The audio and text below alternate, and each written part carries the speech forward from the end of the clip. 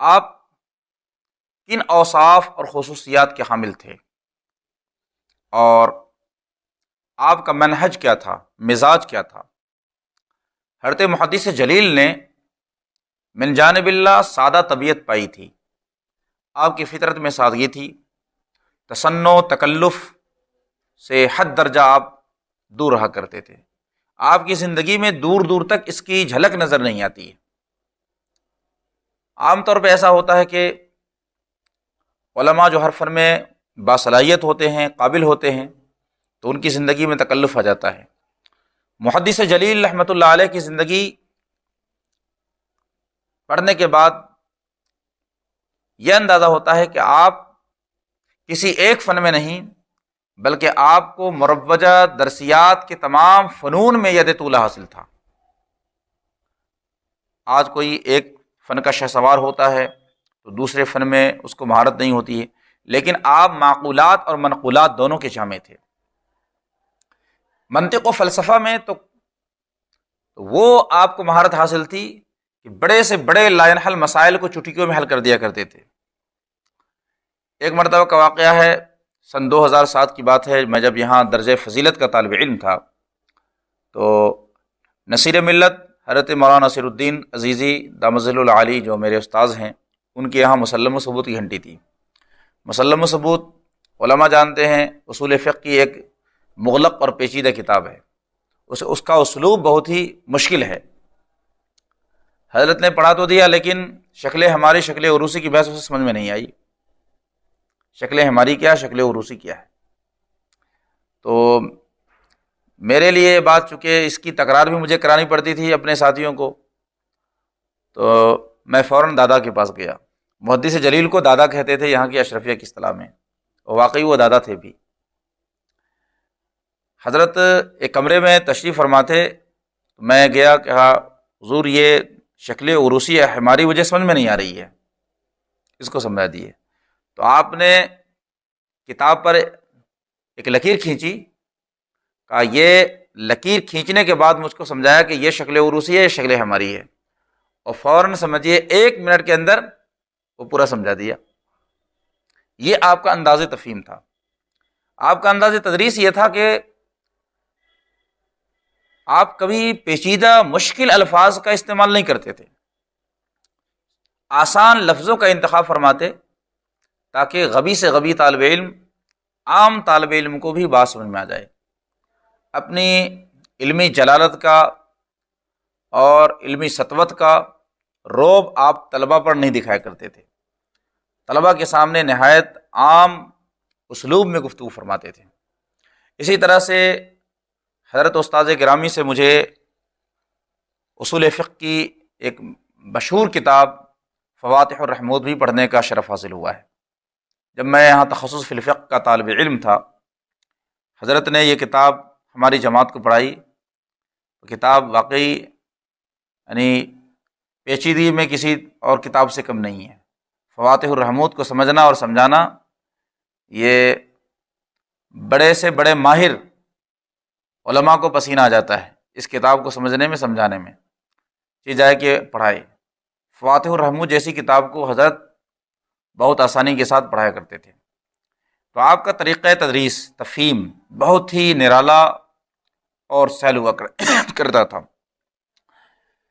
خواہ وہ فلسفی کتاب ہو، منطق کتاب ہو، یا اصول فقہ کی ہو یا حدیث کی ہو، کوئی بھی کتاب لے کے طالب علم آ جاتا، آپ اس کو فوراً سمجھا دیا کرتے تھے۔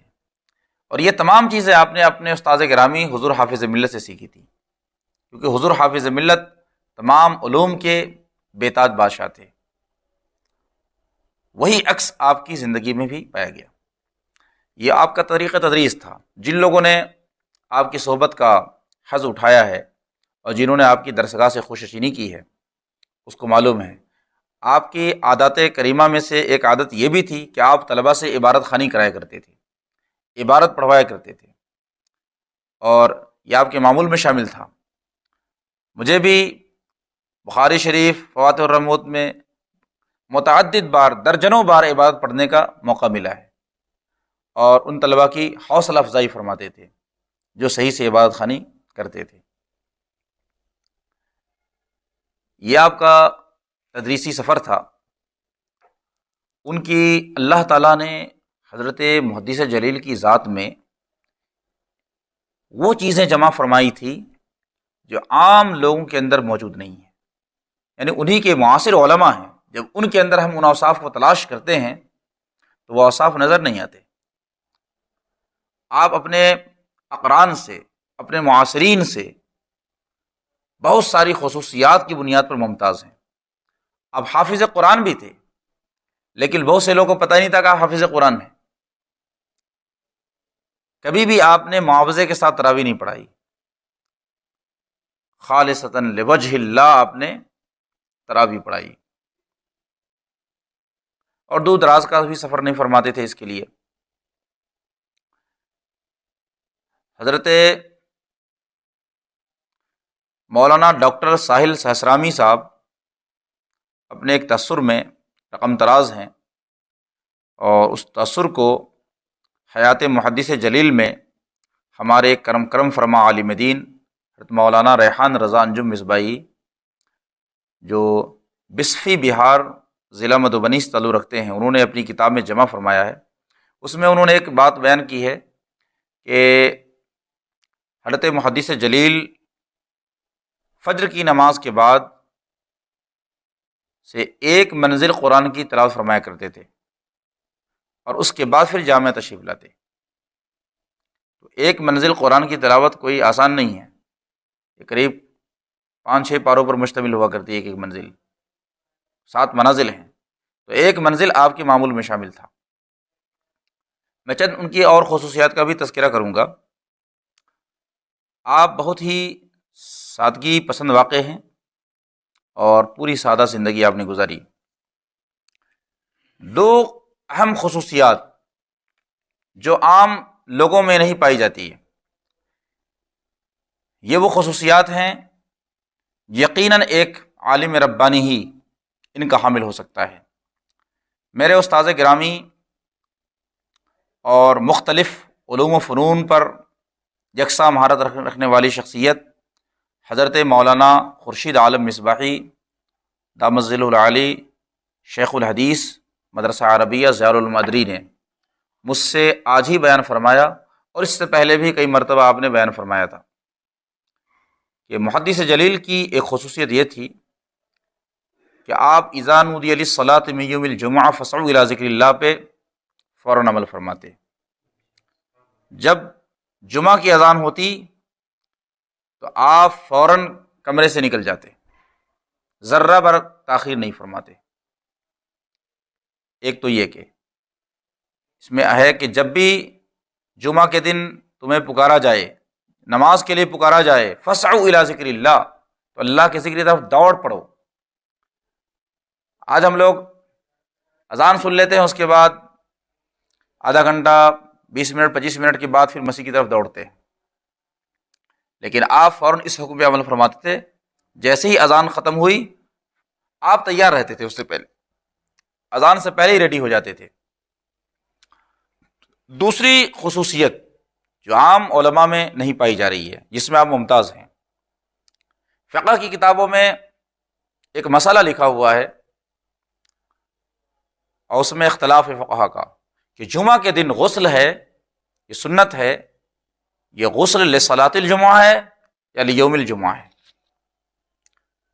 غسل جو سنت ہے جمعہ کے دن، یہ جمعہ کی نماز کے لیے ہے یا یہ جمعہ کے دن کے لیے ہے، جمعہ کے دن کی وجہ سے ہے یا جمعہ کی نماز کی وجہ سے؟ تو یہ مختلف بعض فقہا نے فرمایا یہ غسل جو سنت ہے یوم جمعہ کے لیے، اور بعض نے فرمایا جمعہ کی نماز کے لیے۔ تو آپ اس قول کو ترجیح دیا کرتے تھے الغسل لصلاۃ الجمعہ، نماز جمعہ کے لیے غسل مسنون ہے۔ تو آپ غسل اس وقت فرماتے تھے کہ جب اذان میں تھوڑا وقت باقی رہتا، 11:45 بجے آپ غسل کے لیے تشریف لے جاتے، اور 12:15 بجے تک غسل سے فارغ ہو کر مکمل ہو جاتے، تاکہ اس بیچ میں غسل اور جمعہ کی نماز کے درمیان حدث واقع نہ ہو، اور دوبارہ وضو کی ضرورت پیش نہ آئے۔ تب غسل ہوگا لصلاۃ الجمعہ، الغسل لصلاۃ الجمعہ، کیونکہ بیچ میں حدث واقع ہو جائے اور وضو کرنے کی ضرورت پیش آ جائے تو غسل لصلاۃ الجمعہ نہیں ہوگا۔ تو آپ اس پر عمل فرمایا کرتے تھے۔ آج ہم لوگ کا معمول یہ ہے کہ صبح میں غسل کر لیے یا 2 گھنٹہ 3 گھنٹہ پہلے غسل کر لیے، اور اس کے بعد پھر ضرورت پیش آ جاتی ہے وضو کرنے کی، حدث لاحق ہو جاتا ہے، تو یہ غسل لصلاۃ الجمعہ نہیں ہوا، غسل لیوم الجمعہ ہوا۔ آپ اس پر عمل فرماتے تھے۔ ایک اور واقعہ آپ کی زندگی میں بہت ہی عبرت انگیز ہے۔ آپ کی زندگی میں احتیاط کا پہلو غالب تھا۔ آپ تقوی جیسے کہتے ہیں، تقوی، جو متقی ہوتا ہے وہ شبہات سے بھی بچتا ہے، چھوٹی چھوٹی باتوں سے بچتا ہے، بہت سارے مباحات سے بچ جاتا ہے۔ تو تقوی پر عمل تھا آپ کا، اور ان تمام چیزوں میں تقوی کا پہلو غالب ہے۔ فاسعوا الی ذکر اللہ، غسل لصلاۃ الجمعہ۔ حج کے لیے آپ تشریف لے گئے، یہ ریٹائرڈ ہونے کی بات ہے۔ جب آپ یہاں سے سرکاری طور پر ملازمت سے ریٹائرڈ ہو گئے تو آپ حج کے لیے تشریف لے گئے۔ جب حج سے واپس تشریف لے آئے تو حضرت مولانا احمد رضا مصباحی رحمۃ اللہ علیہ، جو یہاں کے کیشیئر تھے، آپ لوگوں نے دیکھا ہوگا، مولانا احمد رضا مصباحی نے کہا حضرت تنخواہ لے لیجئے۔ تو آپ نے فرمایا پہلے آپ مفتی صاحب سے اس مسئلے کا حکم معلوم کر لیجئے کہ حج کے دنوں میں مدرسے سے غیر حاضر رہا تو ان دنوں کی تنخواہ میرے لیے لینا جائز ہے یا نہیں ہے، کیونکہ میں نے ڈیوٹی انجام تو نہیں دی، میں غیر حاضر رہا۔ پہلے آپ اس مسئلے کا حکم معلوم کر لیجئے مفتی صاحب سے۔ یہ کیا بتاتا ہے؟ یہ آپ کے تقوی اور احتیاط کو بتاتا ہے۔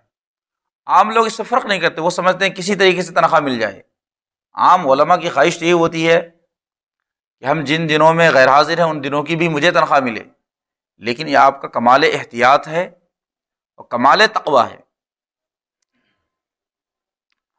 ہم نے دیکھا، اور جن علماء نے ان کی بارگاہ میں پڑھا ہے سب نے دیکھا ہے کہ آپ وقت کے بہت بڑے پابند تھے، اتنے پابند تھے کہ سلام میں آپ ہمیشہ حاضر ہوتے تھے، سلام میں آپ کی غیر حاضری نہیں دیکھی گئی، ہمیشہ وقت کی پابندی، درسگاہ میں وقت کے ساتھ حاضر ہونا، سلام میں وقت کے ساتھ حاضر ہونا، نماز میں وقت کے ساتھ حاضر ہونا، پابندی کے ساتھ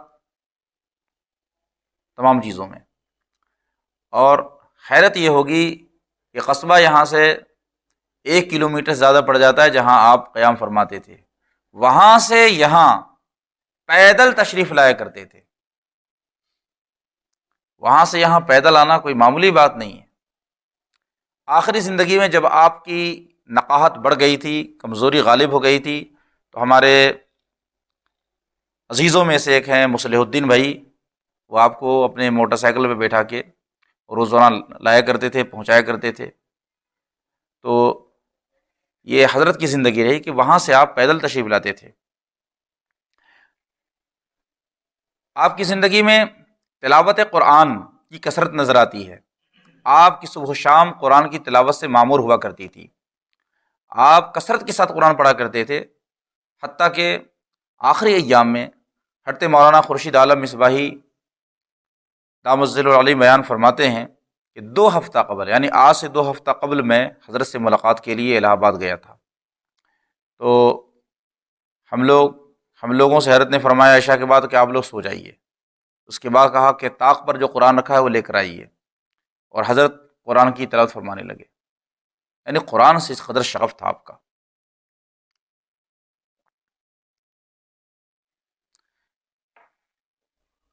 آپ کی زندگی ہمیشہ بزرگوں کی روش پر قائم رہی، دائم رہی، سیٹوں سے روسا سے، عمرا سے کبھی بھی آپ نے تعلقات قائم نہیں کیے، ہمیشہ ان سے دور رہے۔ اگر کہیں سے دعوت آ بھی گئی تو دعوت کھا کے پھر آپ چلے آئے، لیکن آپ نے اس سے بہت زیادہ تعلق نہیں بنایا۔ احتیاط کے باب میں ایک اور واقعہ آج آپ حضرات کے علم میں پیش کرنا چاہتا ہوں۔ حضرت مولانا خورشید عالم مصباحی دامت ظل العالی کا بیان ہے کہ حضرت نے ایک مرتبہ، یہ قریب 1988 میں آپ کی فراغت ہوئی ہے، تو 1988 سے پہلے ہی کا واقعہ ہوگا۔ حضرت نے مجھے ازار کا کپڑا دیا، یعنی پاجامہ سلانے کے لیے، اور کہا کہ یہ لے جائیے اور مجھے اس سے ازار سلوا لیجیے، اور اس درزی کو آپ یہ بتا دیجیے گا کہ اگر اس کے لیے ازار بند جو ہوتا ہے، اگر کپڑا کم ہو جائے تو ازار بند کسی دوسرے کپڑے سے نہ بنائے، بلکہ اس کے لیے کپڑا خرید لے یا ہمارے کپڑے سے تیار کرے اور ہمیں بتا دے، یعنی دوسرے کا کپڑا ہمارے پاجامے میں استعمال نہ کرے ازار بند کے لیے۔ یہ احتیاط تھا آپ کا۔ تو ہمارے تعلقات حضرت سے بڑے ہی سمجھے دیرینہ رہے، اور جب بھی حضرت ملتے شفقت اور محبت کے ساتھ پیش آتے ہیں۔ 7 صفر المظفر 1441 ہجری کو حضرت کی بارگاہ میں حضرت سے ملاقات کے لیے ہم الہ آباد میں تھے، اور 6 صفر المظفر کو سلسلہ قادریہ کے عظیم شیخ حضرت سید احمد فتاح فرج شیخ علی البغدادی رحمۃ اللہ علیہ سے ملاقات ہوئی۔ آپ الہ آباد تشریف لائے ہوئے تھے۔ ان سے ملنے کے بعد پھر دوسرے دن ہم لوگوں نے، جس میں مولانا تحسین رضا قادری نقشبندی تھے، یہ بھی ہمارے ساتھ موجود تھے، ہم دونوں حضرت سے ملاقات کے لیے گئے۔ اس وقت حضرت بیماری کے عالم میں تھے، ذوف آپ پر غالب تھا۔ ہم لوگوں سے ملنے کے بعد حضرت نے بڑی خوشی کا، مسرت کا اظہار فرمایا، دعاؤں سے نوازا، حتیٰ کہ اپنی اجازات حدیث عنایت فرمائی۔ اور اسی سفر میں ہم نے حضرت سے ایک تفصیلی انٹرویو کیا ان کی زندگی کے بارے میں، کب پیدائش ہوئی، کہاں تعلیم ہوئی، اساتذہ کون کون ہیں، کہاں آپ نے پڑھایا، اور پھر آپ کے احوال کیا رہے۔ لیکن اتفاق یہ ہے کہ اس وقت وہ ڈائری جس میں میں نے درج کیا تھا وہ مجھے مل نہیں سکا۔ تو جو معلومات مجھے مختلف کتابوں سے، اور بالخصوص مولانا ریحان رضا انجم مصباحی صاحب کی لکھی ہوئی کتاب حیات محدث جلیل سے اکٹھا ہو سکیں، وہ معلومات میں نے آپ حضرات تک پیش کرنے کی کوشش کی ہے۔